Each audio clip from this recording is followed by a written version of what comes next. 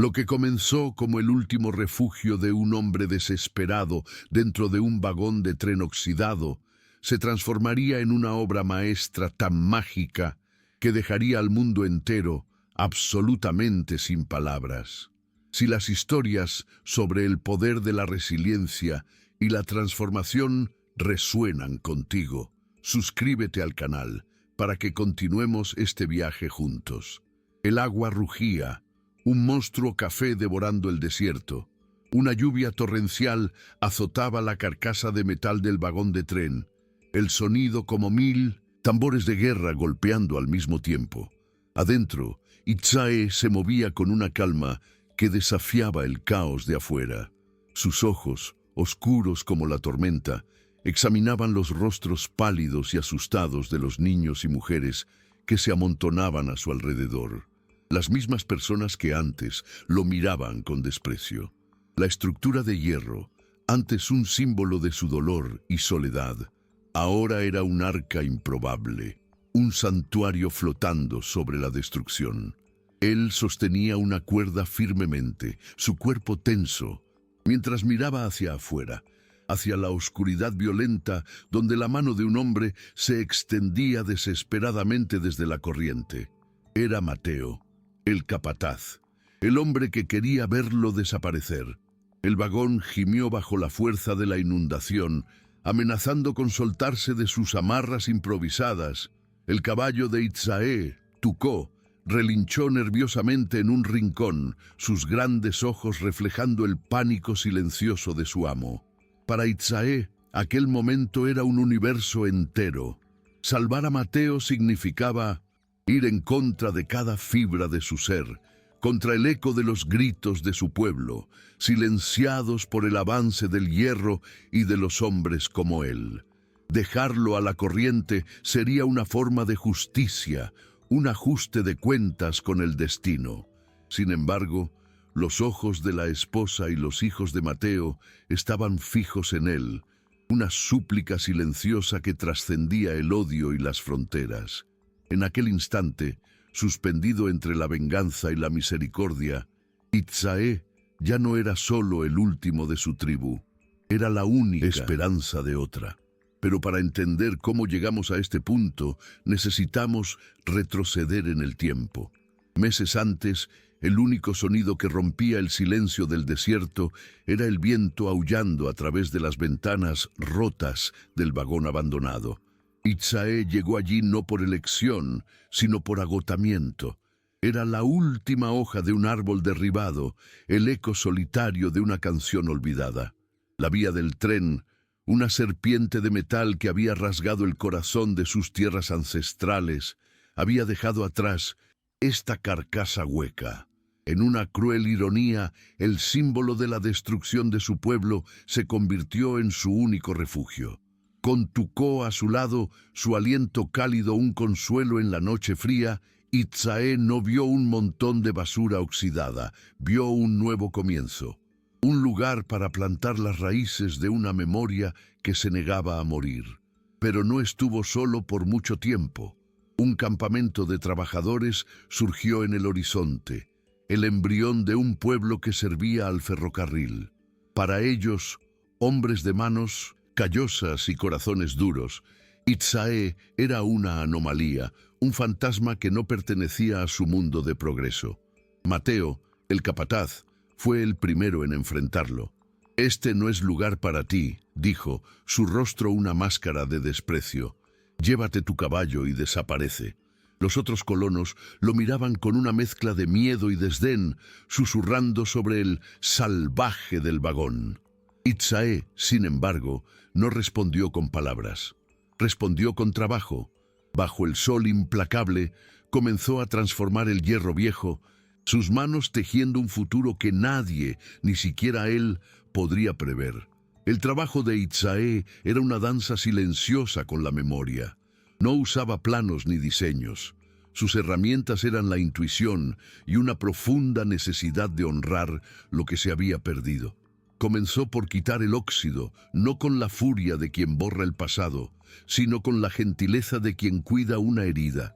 Cada pedazo de metal retorcido era enderezado y pulido hasta reflejar el cielo del desierto. Usaba arcilla y piedras lisas del lecho seco del río para remendar los agujeros, creando mosaicos que contaban historias de estrellas y espíritus. Los hombres de Mateo se burlaban de él durante sus descansos, señalando y riendo. «Miren al loco», decían, tratando de convertir basura en un palacio. Para ellos era el trabajo inútil de un hombre que se negaba a aceptar su propia obsolescencia. Entonces, algo comenzó a cambiar. El calor del mediodía era un enemigo brutal, forzando a los trabajadores a buscar cualquier sombra, precaria. Pero del vagón de Itzae, una brisa fresca y constante parecía emanar. Usando placas de metal que encontró, había construido un ingenioso sistema de ventilación, una serie de colectores de viento y canales internos que, combinados con paneles de arcilla húmeda, enfriaban el aire naturalmente. El vagón parecía respirar. Las risas de los trabajadores cesaron, reemplazadas por miradas de curiosidad y asombro. No podían entender la física detrás de aquello. Para ellos, parecía brujería. Por primera vez, no vieron a un salvaje, sino a un arquitecto de lo imposible, un hombre que conversaba con el viento y lo convencía de entrar en su casa. El asombro se profundizó cuando la estación seca apretó su puño sobre la tierra. El agua, traída en barriles por el ferrocarril, era racionada y sabía a óxido y distancia. Mientras los hombres y sus familias sufrían de sed, afuera del vagón de Itzae, un pequeño jardín comenzó a brotar, desafiantemente verde contra el ocre del desierto. Había construido un sistema de captación de rocío, una red de superficies metálicas y canales de piedra que durante la noche cosechaba la humedad del aire y la goteaba en un depósito de arcilla. Era una cantidad pequeña de agua, pero era pura y era vida. Para los colonos, era como si estuviera ordeñando las estrellas. Fue una de las mujeres, Helena, cuyo hijo pequeño ardía en fiebre, quien rompió el tabú. Observó por días, dividida entre el miedo que su esposo le había enseñado y la desesperanza de una madre. Finalmente, al atardecer, se acercó al vagón con un pequeño cuenco de madera en las manos temblorosas. Itzae la vio desde lejos. No dijo una palabra, no hizo un gesto brusco, solo llenó un vaso con el agua clara y lo colocó sobre una piedra a medio camino entre ellos, antes de retirarse a la sombra de la puerta. El gesto era claro, un regalo, no una transacción. Al llevar el agua a los labios de su hijo, Helena sintió algo más que alivio. Sintió una profunda vergüenza. A pura humanidad. Este momento donde la amabilidad derrumba un muro de prejuicio es el corazón de nuestra historia. Si esta escena te conmovió, deja un comentario y suscríbete para ver cómo este pequeño puente entre dos mundos se fortalecerá. El acto de Helena no fue un secreto por mucho tiempo. Como una semilla llevada por el viento, la noticia se esparció por el campamento. Al día siguiente, otra mujer se acercó, y luego otra más. Venían en silencio, trayendo pequeñas ofrendas, un pan un poco quemado, un trozo de tela remendada, una vela. No eran pagos, sino gestos de gratitud, el inicio de un lenguaje sin palabras. Itzae aceptaba todo con un solemne asentimiento de cabeza, su vagón convirtiéndose lentamente en el corazón inesperado de la comunidad. Ya no estaba solo construyendo una casa, estaba tejiendo los hilos de un nuevo clan, uno nacido no de sangre, sino de necesidad y respeto mutuo. Mateo observaba esta peregrinación silenciosa con una furia creciente. Cada mujer que se acercaba al vagón era una afrenta directa a su autoridad. Él veía el ingenio de Itzae no como un milagro, sino como una amenaza, una forma de magia primitiva que seducía a su gente y minaba el orden que él luchaba por mantener. Una noche reunió a los hombres alrededor de la fogata. «Son trucos de salvaje», gruñó, su rostro iluminado por las llamas danzantes. Suerte y hechicería. Le prohíbo a cualquiera de ustedes o a sus familias ir a ese montón de basura. Somos hombres del ferrocarril, hombres en progreso. No nos rebajaremos a las costumbres de un fantasma. La línea estaba trazada, no en la arena del desierto, sino en los corazones divididos de los colonos. El decreto de Mateo abrió una fisura en el campamento. Durante el día, los hombres lo obedecían, endureciendo sus miradas y manteniendo distancia del vagón, algunos por lealtad, la mayoría por miedo al capataz que controlaba su pan. Pero dentro de las tiendas y chozas se libraba una guerra silenciosa. Él es solo un hombre, Javier, le dijo Elena a su esposo esa noche, su voz baja pero firme. Un hombre que nos dio agua cuando nuestro hijo ardía. Javier, repitiendo las palabras de Mateo como si fueran un credo, respondió: son trucos, no te quiero cerca de ese lugar. Pero las mujeres, que sentían la aspereza de la sed y el peso de la enfermedad de forma más íntima, formaron una conspiración silenciosa. Comenzaron a visitar el vagón bajo el manto de la madrugada o del crepúsculo profundo, sus sombras moviéndose rápidamente sobre la arena. Itzae, dándose cuenta de su situación, se adaptó. Dejaba un cántaro de agua y hierbas medicinales en una piedra a una distancia segura, un gesto de comprensión que cimentaba la lealtad de ellas. Mientras la comunidad se dividía, la obra de Itzae florecía. Se enfocó en el interior oscuro del vagón, un ataúd de metal que estaba determinado a llenar de vida. Encontró fragmentos de botellas de colores, verdes, ámbar y azules, dejadas por los trabajadores del ferrocarril. Con la misma paciencia de un joyero, las rompió en pedazos más pequeños y las incrustó en las paredes de arcilla que había construido. Durante el día, la luz del sol se filtraba a través de ellas, llenando el interior con un brillo suave y multicolor, como el de una catedral del desierto. Por la noche, cuando encendía una pequeña fogata dentro de una estufa de barro que él mismo había diseñado, el efecto era hipnotizante. El vagón ya no era una carcasa de hierro. Pulsaba con una luz cálida y acogedora, una linterna mágica en medio de la oscuridad. Los hombres, desde lejos, ya no podían burlarse. Simplemente miraban, en silencio, la caja de joyas brillante que había surgido de lo que antes era basura. La belleza del vagón se convirtió en una afrenta que Mateo ya no podía ignorar. No solo era útil, era inspirador, y eso lo enfurecía. Cierta noche, viendo a sus propios hombres hipnotizados por la luz que emanaba de la estructura, marchó hacia ella, con dos de sus secuaces detrás. Se detuvo a una distancia irrespetuosa, sin cruzar el umbral invisible de respeto que las mujeres habían creado. «Así que es verdad lo que dicen», gritó Mateo, su voz goteando sarcasmo. «Transformaste nuestra basura en tu pequeño templo, hablas con el viento y ordeñas las estrellas. Dime entonces, hechicero del desierto, ¿cuándo vendrá la lluvia para salvar esta tierra polvorienta?» Era un desafío público, diseñado para exponer a Itzae como un fraude. Itzae emergió lentamente de la puerta iluminada, su rostro tan calmado como una piedra de río. No miró a Mateo. En cambio, sus ojos recorrieron el horizonte, leyendo un lenguaje escrito en las estrellas y en la quietud del aire. Sintió un cambio sutil en la presión. Vio la forma en que el polvo se asentaba. Notó la inquietud de Tucó, que golpeaba suavemente la tierra con su pezuña.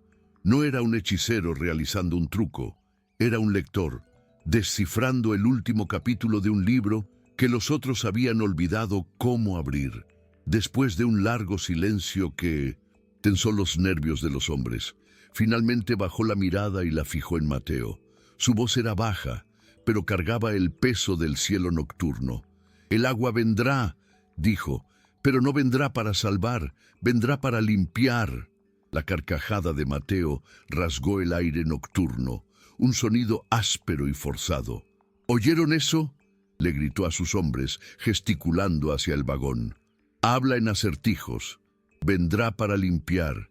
Está tratando de asustarlos con cuentos de fogata de salvajes. Pero la risa que le siguió fue escasa y nerviosa. Los ojos de los trabajadores saltaban del rostro enfurecido de Mateo al cielo increíblemente despejado y luego a la silueta tranquila de Itzae. No había señal de lluvia, ni una sola nube, pero las palabras del hombre del vagón tenían un peso que la lógica no podía disipar. Itzae no respondió a la burla. Simplemente se dio la vuelta y se retiró a la luz cálida de su hogar, dejando atrás un silencio mucho más aterrador que el grito de cualquier hombre. Los 2 días siguientes amanecieron bajo un sol implacable. Mateo exultaba, su arrogancia alimentada por el cielo azul. «¿Dónde está tu lluvia limpiadora, hechicero?», gritaba hacia el vagón cada mañana. Sin embargo, Itzae ya no perdía tiempo mirando al cielo. Estaba concentrado en el suelo. Con un esfuerzo metódico, clavó estacas de madera dura profundamente en la tierra compactada alrededor del vagón, amarrándolas firmemente al chasis de metal con cuerdas gruesas que él mismo había trenzado. No se estaba preparando para el viento, sino para un empuje. Mientras los hombres se burlaban de su trabajo inútil, las mujeres observaban en silencio, notando cómo Tucó se había vuelto inquieto, su olfato captando algo en el aire que los otros no podían. Ellas ya no buscaban nubes, observaban a Itzae construir su arca. En la tarde del tercer día, la burla de Mateo murió en su garganta. Una quietud extraña y pesada descendió sobre el desierto. El aire se volvió espeso, con un tono ocre enfermizo y un olor a tierra mojada y ozono llenó el ambiente, aunque el cielo continuaba perversamente despejado. Los pájaros callaron. Los hombres dejaron de trabajar, mirando hacia el horizonte lejano, donde las montañas parecían estar siendo tragadas por una sombra. «Es solo una tormenta de polvo», dijo Mateo, más para sí mismo que para los demás. Pero entonces lo oyeron. No era el sonido de un trueno, sino un rugido bajo y constante, el sonido de una montaña moviéndose. Venía del lecho seco del río, el lugar que veían como una cicatriz inofensiva en el paisaje. El rugido creció, convirtiéndose en una vibración que podían sentir a través de las suelas de sus botas. Lo que apareció en el horizonte no fue una ola, sino una pared, una masa pulsante y café de agua, lodo y escombros, que se movía con la velocidad de un tren de carga, arrancando cactus y rodando peñascos como si fueran guijarros. El pánico estalló en el campamento. Los gritos de hombres, mujeres y niños fueron tragados por el rugido creciente del agua. Las tiendas fueron arrancadas y pulverizadas en un instante. Mateo, atrapado entre la arrogancia y el terror, gritaba órdenes que nadie podía oír, intentando organizar una retirada que era imposible. La inundación golpeó el campamento no como agua, sino como un puño sólido, barriendo todo y a todos a su paso. Por encima del caos, el vagón de Itzae se estremeció violentamente, sus amarras gimiendo, pero resistiendo. Se convirtió en una isla de metal en medio de un océano furioso. Lo único que no fue limpiado. El rugido del agua fue precedido por un grito colectivo. Itzae ya estaba en la puerta, el brazo extendido, no como un salvador, sino como un puerto. Helena fue la primera en alcanzarlo, empujando a su hijo hacia adentro antes de lanzarse ella misma a la seguridad. Otras mujeres la siguieron, un torrente humano de desesperación que encontró refugio en el arca de metal. Itzae metió a la última mujer y cerró la pesada puerta de hierro segundos antes de que la primera ola de escombros golpeara el vagón con la fuerza de un martillo de titán. Adentro, El sonido era ensordecedor, los impactos hacían que toda la estructura gritara, pero resistía. En medio de los sollozos de los niños y las oraciones susurradas de las madres, todos los ojos se volvieron hacia el hombre silencioso en el centro de su mundo oscilante. Cuando lo peor de la violencia inicial pasó, el temblor sísmico fue reemplazado por un balanceo nauseabundo. El vagón estaba flotando, girando lentamente en sus amarras. Itzae se movió hacia una rendija que había dejado como mirilla, sus ojos escudriñando el paisaje irreconocible. Donde antes había un campamento, ahora había un río furioso y café. Tiendas, herramientas, los fragmentos de vidas enteras pasaban flotando en la oscuridad iluminada por relámpagos. Y fue entonces cuando escuchó un grito, débil contra el rugido de la inundación. Su mirada barrió la superficie del agua, buscando la fuente, hasta que la encontró. La mano de un hombre aferrada desesperadamente a una viga de madera. Fue así como se encontró de vuelta al inicio de todo, enfrentando el rostro del hombre que lo odiaba, el hombre cuya familia ahora se refugiaba detrás de él. La elección se hizo no con la mente, que todavía resonaba con las injusticias, sino con los músculos que se contrajeron alrededor de la cuerda. El odio era un peso muerto. La vida, por más indigna que fuera, tenía el ímpetu de una corriente. Con un grito que fue arrancado de sus entrañas, Itzae lanzó la punta de la cuerda al remolino. Se quedó corta en el primer intento, chicoteando el agua con un chasquido inútil. ¡Otra vez!, gritó Helena desde atrás, su voz un faro en la tormenta. Itzae jaló la cuerda empapada, sus brazos ardiendo por el esfuerzo, y la lanzó de nuevo. Esta vez, la punta cayó sobre el hombro de Mateo, quien la agarró con la fuerza de un hombre que ve su último amanecer. La tensión en la cuerda era inmensa, una lucha de un hombre contra un río, y por un momento, aterrador, pareció que el río ganaría. Mateo fue arrastrado adentro, más criatura del río que hombre, escupiendo agua y lodo en el piso que había despreciado. Se desplomó, temblando incontrolablemente, y sus ojos se encontraron con los de su esposa. No se dijo ninguna palabra. Luego, su mirada recorrió el espacio, viendo por primera vez no un montón de basura, sino un santuario de luz cálida, lleno de los rostros de todas las personas que él gobernaba, ahora salvadas por el hombre que había intentado expulsar. Levantó los ojos hacia Itzae, esperando una burla, un ajuste de cuentas, cualquier cosa, pero no encontró nada de eso. Itzae no lo estaba mirando. Su atención estaba afuera, en el gemido del metal y en la fuerza de la corriente. Su rostro un mapa de preocupación, no por un hombre, sino por todos. El agua había limpiado la tierra y la misericordia, el corazón de un hombre. La noche se arrastró, una eternidad marcada por los golpes sordos de los escombros contra el casco de metal y el balanceo constante del vagón. Nadie durmió. El espacio, que antes parecía un milagro de ingeniería, ahora era un útero apretado y frágil, protegiéndolos del mundo que se deshacía afuera. Itzae se movía entre ellos, un fantasma silencioso de eficiencia. Revisaba las amarras a través de pequeñas rendijas, distribuía la poca comida seca que tenía, su calma convirtiéndose en un ancla para el pánico que amenazaba con desbordarse.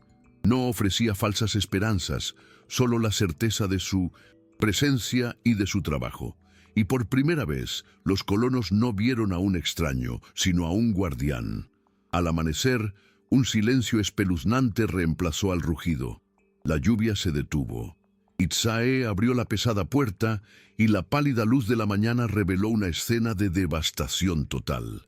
El mundo era una vasta extensión de agua café y lodosa, salpicada por los restos de lo que antes fue el campamento. El vagón estaba encallado en un banco de arena, firmemente sujeto por sus estacas. Ya no era un vagón de tren, era una isla. el único punto de tierra firme y de esperanza en un horizonte aniquilado. Cuando la gente salió, una por una, pisando la tierra húmeda, no miraron lo que habían perdido. Miraron lo que Itzae había construido, y luego a él, con un respeto tan profundo que era una oración silenciosa. Mateo se puso de pie, con el cuerpo adolorido, pero el alma más aún. Miró los escombros de su mundo, las herramientas del progreso, los cimientos de su autoridad, todo reducido a lodo y astillas. Luego miró a su esposa e hijos, seguros y abrigados por la luz que emanaba del vagón. Lentamente atravesó el lodo, deteniéndose frente a Itzae. Los otros hombres contuvieron la respiración. Ya no había desprecio en el rostro del capataz, solo una humildad cruda y exhausta. «Dijiste que el agua vendría para limpiar», dijo Mateo, su voz ronca, quebrándose bajo el peso de la confesión. Limpió, bajó la cabeza, y la pregunta que siguió no fue de un líder a un subordinado, sino de un hombre perdido, a un guía. «¿Qué hacemos ahora?» Itzae no respondió a la pregunta con palabras de mando. Miró más allá de Mateo, a cada rostro asustado y exhausto. Vio la misma necesidad, el mismo miedo, la misma chispa de esperanza. Ya no veía colonos ni enemigos. Veía gente despojada de todo, excepto de sus vidas. Levantó la barbilla, señalando los escombros esparcidos por el lodo. «Primero», dijo, su voz tranquila cortando el silencio de la mañana, «rescatamos lo que el río nos dejó, la madera para el fuego, el metal para el refugio, el trabajo nos calentará». Sin esperar una respuesta, se dio la vuelta y caminó hacia una viga atrapada en el lodo. Después de una pausa, un hombre lo siguió. Luego otro. Pronto, bajo el cielo gris, un nuevo sonido llenó el valle. No el del progreso que destruye, sino el de la reconstrucción que une. El trabajo era diferente ahora. No había los gritos de Mateo, ni el ritmo frenético y resentido de hombres trabajando por un pago. Había un silencio concentrado, roto solo por el sonido de la madera siendo arrastrada y el esfuerzo compartido. Mateo, el hombre que solo sabía liderar por la fuerza, ahora seguía el ejemplo. Fue el primero en entrar al agua helada para desatar una estructura de madera atrapada, trabajando con una determinación sombría que era parte penitencia, parte supervivencia. Los otros hombres, viendo a su antiguo capataz despojado de su orgullo, encontraron una nueva forma de respeto por él y una reverencia aún mayor por el hombre, callado, que orquestaba todo con gestos y pocas palabras. Ya no eran los hombres del ferrocarril, eran los hombres de la inundación, y su lealtad había sido lavada y depositada en un nuevo suelo.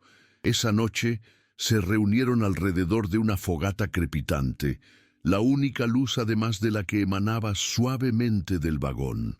El mundo alrededor era una oscuridad de agua y pérdida, pero en ese pequeño círculo de calor algo nuevo estaba naciendo.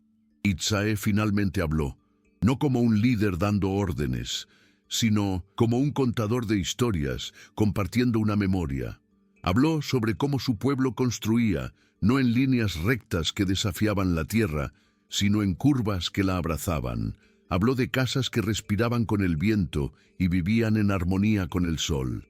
«El río no se llevó nuestro futuro», dijo, su mirada pasando por cada rostro iluminado por el fuego. «Nos liberó de un futuro que no era nuestro. Ahora, con lo que nos dejó, vamos a construir no solo un refugio, sino un hogar, un lugar que la tierra no deseará limpiar de nuevo». Las palabras de Itzae flotaron sobre ellos como las estrellas de esa noche, no como una orden, sino como un permiso. Al amanecer, no hubo órdenes gritadas. En cambio, Itzae caminó por el terreno lodoso, no con las herramientas de un topógrafo, sino con la reverencia de un peregrino. Usó una rama larga para dibujar en el lodo, no una cuadrícula de calles, sino una espiral que se expandía desde el vagón, con círculos interconectados donde estarían las casas. La línea recta lucha contra el viento, le explicó a Mateo, que observaba con una mezcla de escepticismo y fascinación. La curva lo invita a pasar sin furia.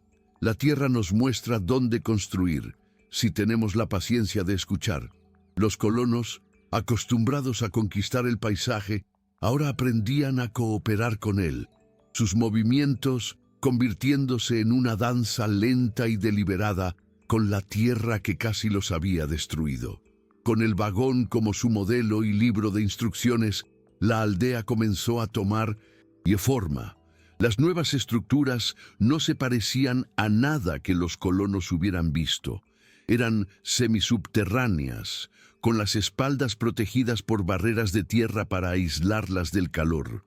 Los techos estaban hechos de metal recuperado, curvados para capturar el rocío y canalizarlo a cisternas subterráneas, exactamente como Itzae había hecho a menor escala.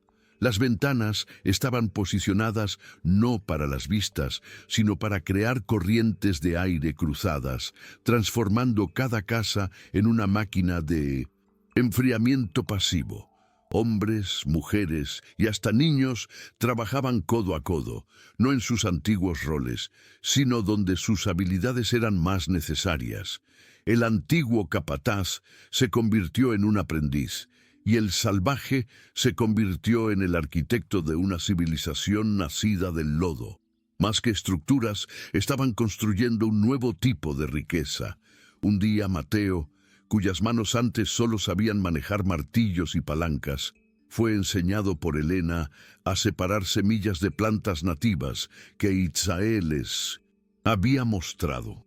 Su tacto, antes tosco, se volvió sorprendentemente delicado.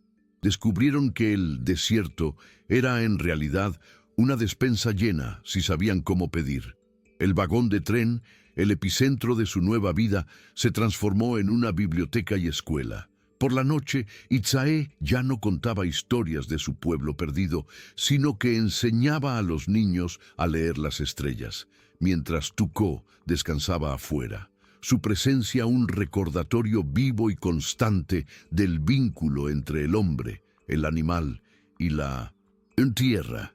Pasaron los meses transformando el lodo en suelo firme y los brotes en jardines. Entonces, un día, un sonido olvidado hace mucho tiempo cortó el aire. El silbato distante de un tren.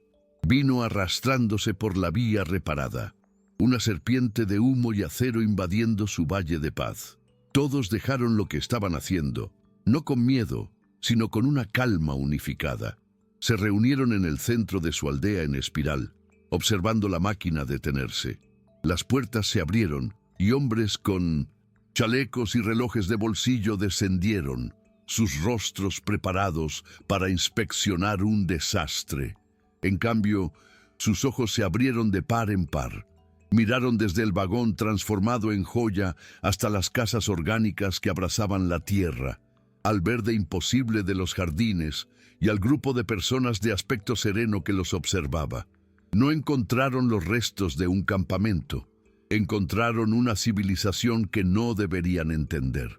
El líder de los hombres de chaleco, un hombre de rostro severo y zapatos pulidos que parecían ofender el lodo en el que pisaban, dio un paso al frente.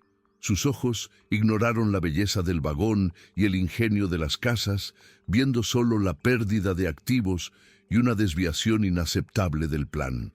Se dirigió a Mateo, el único rostro que reconocía como parte de su jerarquía. ¡Mateo! Su voz era un latigazo. ¿Qué diablos significa esto? El informe hablaba de una inundación, no de un campamento de locos. ¿Dónde está nuestro equipo?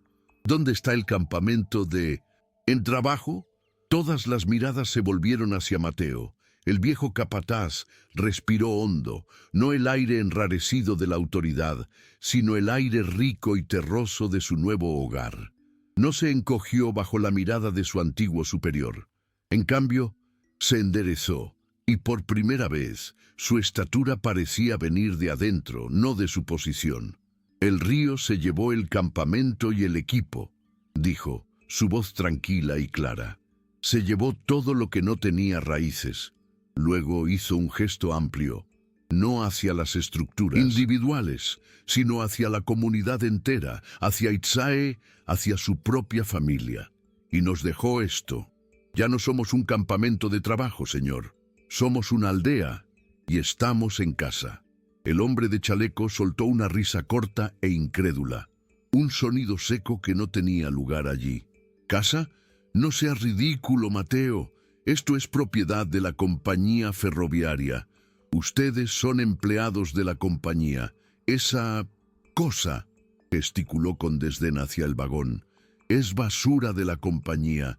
Y este hombre, finalmente se posaron en Itzae, fríos y calculadores. Es un invasor. La inundación no cambia los contratos. Ustedes tienen 24 horas para desmontar este circo y presentarse a trabajar en la próxima estación. Lo que no puedan llevar será limpiado por nuestros hombres. La amenaza flotaba en el aire, clara y afilada como un trozo de vidrio roto. Pero el miedo que el hombre esperaba ver no apareció.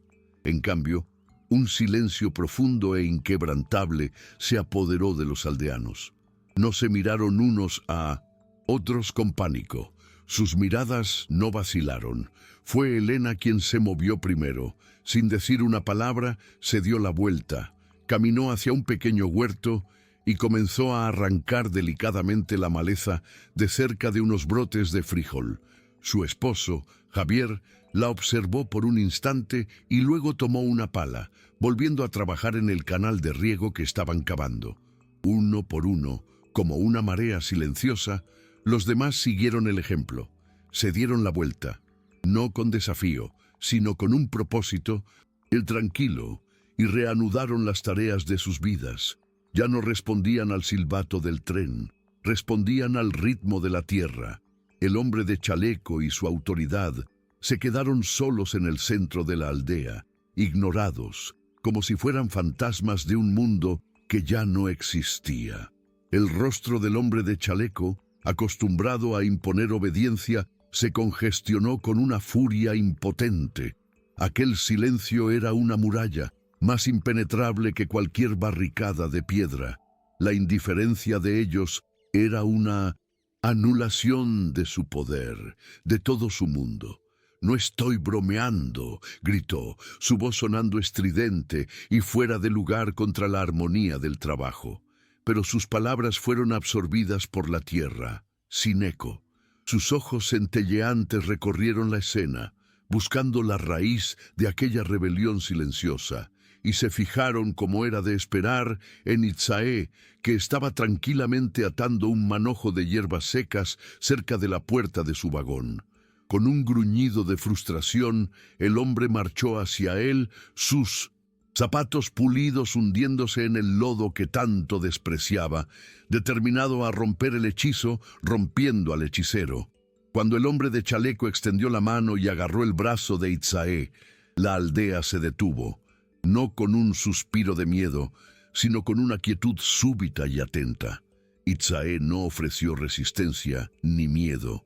Su mirada permaneció tranquila, como si observara el berrinche de un niño.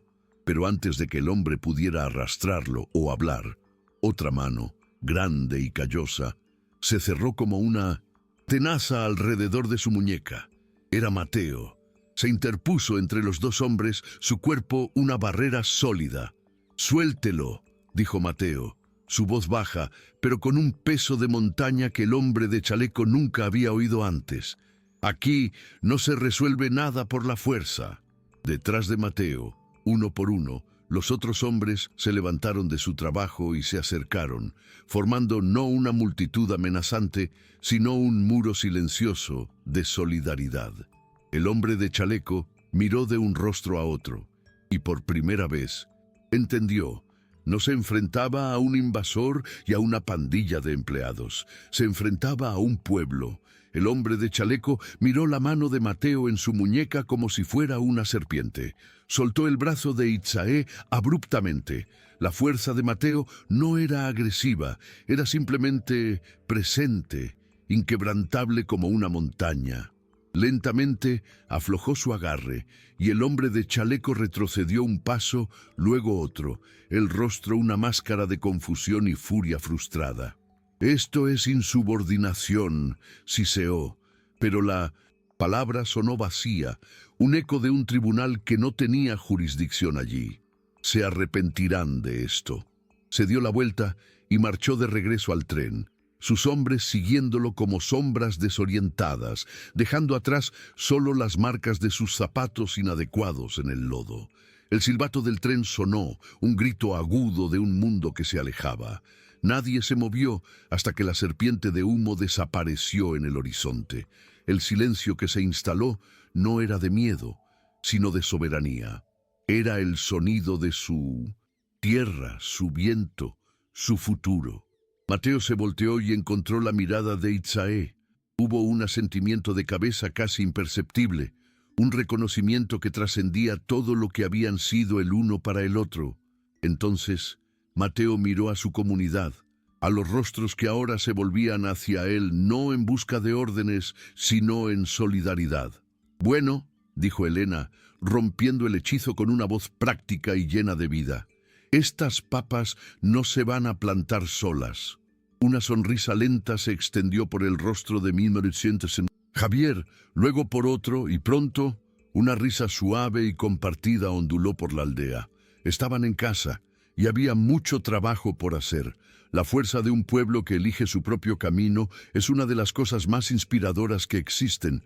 Si esta unión te conmovió, deja un comentario celebrando este nuevo comienzo y suscríbete para descubrir qué le depara el futuro a esta aldea. Gracias por ver y ser parte de nuestra comunidad.